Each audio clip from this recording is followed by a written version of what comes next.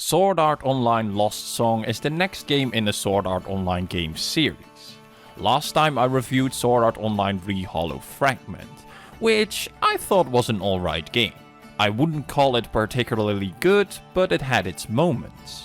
The amount and way you could interact with the characters was one of the strongest elements. It beat the anime in writing and character development, as it added a lot more depth to the characters, which as a fan of the series is really appreciated. And on top of that there was the Hollow area, which in my opinion was that game's saving grace. It added a cool looking zone, a nice new character, and it had a fun little side plot. And while the overall game was not so good, it was nothing near the quality of terrible that Sword Art Online is infamous for. Sword Art Online can be criticized for a lot, but unfortunately it gets more hate than anything else. And just like in my previous review, I'm not having that. Lost Song is however the second game in this series, so compared to last time I do have some expectations now. And that is that it's just better than its predecessor and that it keeps on building what the previous game set up, which I do think is only fair to expect from this game. Now, going into Lost Song, it already looked rather promising, as the trailers and the store page show a huge change in graphics, but more importantly, combat. Now, changes are fine. It's not always easy to accept, but they are overall fine. It is, however, not a guarantee to be an improvement. So, to find out if it's an actual improvement, there's only one thing I can do. Continue my adventure, that is playing and reviewing all the Sword Art Online games in order. So let's see what Sword Art Online Lost Song has to offer. Sword Art Online Lost Song continues the alternative timeline story of Sword Art Online. The story takes place a while after the events of Re-Hollow Fragment. Kirito and Harem manage to beat and survive the in-story death game named Sword Art Online. But as Kirito is such a Chad of a diehard gamer, he decides to pick up another VR MMORPG called Alfheim Online. As the name suggests, Alfheim Online is set in a Celtic and Nordic inspired setting. Now, normally a game series picks this setting once it has done every other setting. But for better or worse, it does not take away that it is a cool setting. Alfheim Online in story added a completely new expansion called Svart Alfheim. Kirito and friends decide to set off and try to be the first one to complete this new expansion. During this adventure they have a run-in with other players, and one of them being a very popular singer and scientist who slowly takes over the game with her large army of groupies. This slowly turns their adventure into a race against the clock, as slowly their chances of being the first to beat this new expansion drifts away from them. Even though the setting changed, the overall plot is still rather straightforward. Just like in the previous game, the goal for our heroes is to beat the game. However, unlike the previous game, they don't die when their HP hits 0 and they're not stuck in the VR world. Which means that this story is not an isekai story anymore. And surprisingly, that took away a lot of tension, weight and actual reason to see the story unfold and beat the game. The death element creates an overarching goal where the story can fall back on from time to time. Beating the game was essential for the survival of our characters, yet here in Lost Song, it felt to me that it didn't matter if they beat it, yes or no. So you're not the first one to beat a new expansion, so what? Such an achievement is only reachable for a select few. And Kirito and his friends don't make the impression on me that they can be one of those select few. Yes, they beat the death game Sword Art Online, but they were not alone. Of the 6,000 remaining players, almost everyone tried to do their part in beating the game, which is a completely different situation compared to the situation in Lost Song. Here they are alone, a handful of players going against everyone else, and Kirito and gang are not written like they could win such a fight either. Telling a story about gamers trying to be the first to beat a game, or in this case an expansion, is an interesting story. But such a story doesn't work here, as it's told with the wrong characters and mindset. Luckily, Sword Art Online stories never follow up the story premise they set up in the beginning. Just like in the previous game and the series in general, it sets up these fun, interesting or cool stories only to then crash it into a wall. Serious tones and ideas are quickly created only to be brushed off and smiled away with happy harem stuff. which is a complete shame considering the ideas and foundation the previous game could offer Lost Song. Kirito and friends stepped into a video game thinking it would be fun and a good time, only to be stuck for 2 years in a death game where they saw many people and friends die in front of their eyes. Now, after surviving that, they finally went to play a game for fun together, which is a very logical wish. However, doing this would come with many complications considering the things they went through in the past 2 years. Yet, nobody in the group seems to be moved by the terror that a death game like Sword Art Online would be. Imagine for a moment stepping back into a VR game after experiencing such a death game. It should terrify you, and it should definitely terrify them, yet it doesn't. It is referenced once that it was scary to enter a VR game again, only to be smiled off as something unimportant. But it should have been important. It should have actually been a big plot point. And maybe, and if you ask me, the full game should have been about this. Alfheim Online is the perfect setting to do a story about this group of characters overcoming their traumas and fears. It's a happy fantasy fairy world full of joy, but all our characters could see and experience are the horrible memories of Sword Art Online. Seeing them overcome such a challenge together would have been a really cool story, with very interesting character development, where many characters could embody certain fears that we, the players, could to a degree relate to. But unfortunately it's not. The story barely scrapes the surface of that. Instead, the story presents itself like nothing is wrong and everything is good and great, but by doing so, makes itself look really weak. The story hyper-focuses on beating the game, which has no reason or way to do so. Near the end, they tried to add some weight to it, but at that point I had a hard time to care for it. In the previous game I cared a little more for the ending. Kirito and friends were freed and survived the death game, which no matter what still mattered. Here the ending is detached from them and just happens. I am well aware that this is a common practice by Sword Art Online. The writing always wastes potentially good stories, only to focus on the harmed life of Kirito. But that doesn't change the fact that it's still a waste, and to me this waste was even bigger than in the previous game.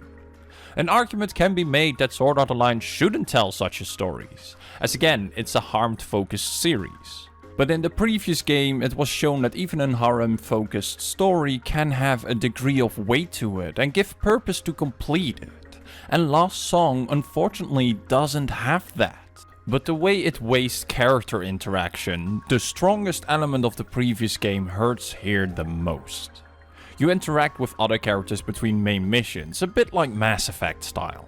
Every character does have their own sub-story which develops as the main story progresses. I will give credit to the game for introducing new characters that are added to the group while keeping all the old characters in the game as well. They did get an appearance change from the Sword Art Online style to the Alfheim Online style, which means that either they become elves or cat girls. Most of the characters made a flawless transition, and the ones who didn't, in my opinion, were more of a personal taste issue than anything else. Unfortunately, their personalities did not make a flawless transition, and in fact some characters even made a complete 180 on it, ignoring character development from the previous game and completely reverting to just being stereotypical characters, which confused me a little bit at the start and in the long run seriously started to annoy me. In the previous game, a large chunk of playtime was spent on interacting with these characters. At the end of that game, it felt like I really got to know many of these characters, and in my eyes they were even developed beyond just being stereotypical characters that they originally were presented as. But that didn't happen here in Lost Song, and in fact it's almost completely gone, and it pains me to say that. All the characters seem to have forgotten what happened before, and were acting in ways I am not used to. While the new characters acted like they knew Kirito for their whole life, therefore no time was spent on getting to know them either. And on top of that, many sub-stories of these characters were just as hollow and weightless as the main story. Most characters didn't grow or change as their story progressed. Especially one of the newer characters got treated really poorly. The story told around her should have been really touching, yet it was introduced with barely any build-up and got quickly resolved after the introduction, like it was nothing. And while I honestly appreciate that in Lost Song the roster of characters was increased again, the quality time you spend with them is just not good, and that is the overall main problem here, as not enough time was spent on anything. To put in perspective, my playtime on ReHolo Fragment was 45 hours long, and half and even more was spent on interacting with characters and the group itself. Now, in Lost Song you also spent more than half of your playtime on character interaction and story. However, Lost Song barely makes it to the 25-hour mark. That means that Lost Song needs to support a complete new story, setting, and a bigger cast of characters with half as much time than its predecessor. And that is doomed to fail, which it did. Not only did it change the characters themselves, but even removed full group interaction. You don't hang out with the full group talking about random things. You know, boss battles, rare items, girls' chest size, you know, the usual. Nor will you get close to any individual character as they completely removed bonding/relationship elements, which used to unlock special dialogues and scenes. What I can say positively about the story and the character interaction is what is there is well presented. Most of the story is told in a visual novel style. And just like in the previous game, every line of dialogue is voice acted by the original cast, which was done really well. Now, something that was completely different from the previous game and an element I was looking forward to a lot was this game's combat. ReHolo Fragment's combat wasn't anything special, nor particularly good. So seeing that Lost Song was going a completely different route with its combat made me very hopeful for a better experience. And the first impression of the combat was pretty good. While this game also gets described on the store page as RPG and JRPG, which I think are still wrong descriptions, it at least was closer to one of those genres than the previous game. If you ask me, I would call this game a hack and slash with a very few RPG elements at best. The combat has a very straightforward hack and slash feeling to it. You have a light and a heavy attack, a block that is ridiculously overpowered, and a handful of skills. It has a leveling system, which I actually really like, and is very similar to what the previous game has, but it was more present here than it was there. It reminded me a little bit of vanilla World of Warcraft leveling system. But besides some nice memories of the past, it also gave decent weight to the combat. Something that the previous installment lacked a lot. You and your companions have a basic level, but also every skill, spell and weapon type comes with its own level system as well. Now, if you are a big fan of big numbers and making them even bigger, then this game is for you, as everything you do in the combat revolves around that. The leveling and the way gear works are, however, its only elements you could consider RPG, and unfortunately, those elements cause the most problems in the combat system. In the beginning, you are rather equal to your enemies in terms of stats, making the combat a lot of fun for most of the time, as it feels like a pure hack and slash. Enemies spawn fast, but they die fast as well. However, as time progresses, the RPG element starts to matter more and more, creating huge stats gaps, which brings you and your enemies out of balance. At that point, your stats are low and you can hit the enemy all you want, but your hits will deal barely to no damage. The only way to close this gap is by grinding. Now, grinding in games is nothing wrong per se. Many games are fun to grind, but the key element of that is fun. And combat here is not fun when it starts to depend more and more on these RPG elements. On top of that, there are no cool combos, nor there's anything that makes combat more interesting. Every encounter feels more like spamming attacks endlessly and use some skills here and there, while you grind away the HP sponges that are your enemies. And this feeling becomes especially present during boss battles. Even on equal playing level, they are just no fun. And the more out of balance you are, the worse it gets. Fighting them takes up just a lot of time and is just a very frustrating grind. An attempt was made to make these battles more engaging and easier by giving all bosses weak spots, but you are not given the tools to exploit these weak spots. Or at least I was unable to make it work as intended. I got locked on solely on the boss main part and I couldn't switch or select its weak spots. With magic, you actually do get an aim icon which targets different spots on the boss, yet it selects its targets randomly and you can't force lock the target either. Your alternative is to not use the lock on and try to get to the weak spots yourself. However, the controls are very clunky, so getting there is rather difficult. And on top of that, the bosses move around a lot, which combined with the field of view makes fighting without a lock-on an even more frustrating matter. The field of view especially made things annoying. Not only is the camera too close to your character, but the depth itself feels misleading. Many times it looked like I was right in front of an enemy where I could hit it, yet my hits didn't connect because I was just slightly out of range. And because the camera is also way too close to your character, which I couldn't change, situation awareness in battle became a problem as well. It's very common that during a fight, enemies will blast you with attacks from off screen. And every attack that isn't a special attack will be interrupted by such an attack, making combat encounters feel a little bit like a mosh pit at times, as enemies spawn in large quantities and you're going from left to right, hitting everything in your path, and you have no sense of direction nor clue what is really going on. There is one thing that can save you when you get into these situations, and that is blocking. It's your best friend in the combat, as long as you can see the attack coming, which again is sorta difficult. And even when you see an attack coming, blocking will still be difficult as the combat is very static and slow. Another new element they added to the game was flying, which was a fun idea, but ultimately for me it was only a viable way of traveling than anything else. It does support combat which works and comes with the same problems as ground combat, but adds a layer of chunky controls on top of it. Flying combat like this is always one of those elements that is really hard to pull off properly, and unfortunately here that is the case. It's again a really fun idea, and for traveling it works and controls really well. But for the combat it lacks a fine style of controls and adds just another problematic layer on top of the combat system. Therefore I prefer to keep my feet on the ground as much as possible.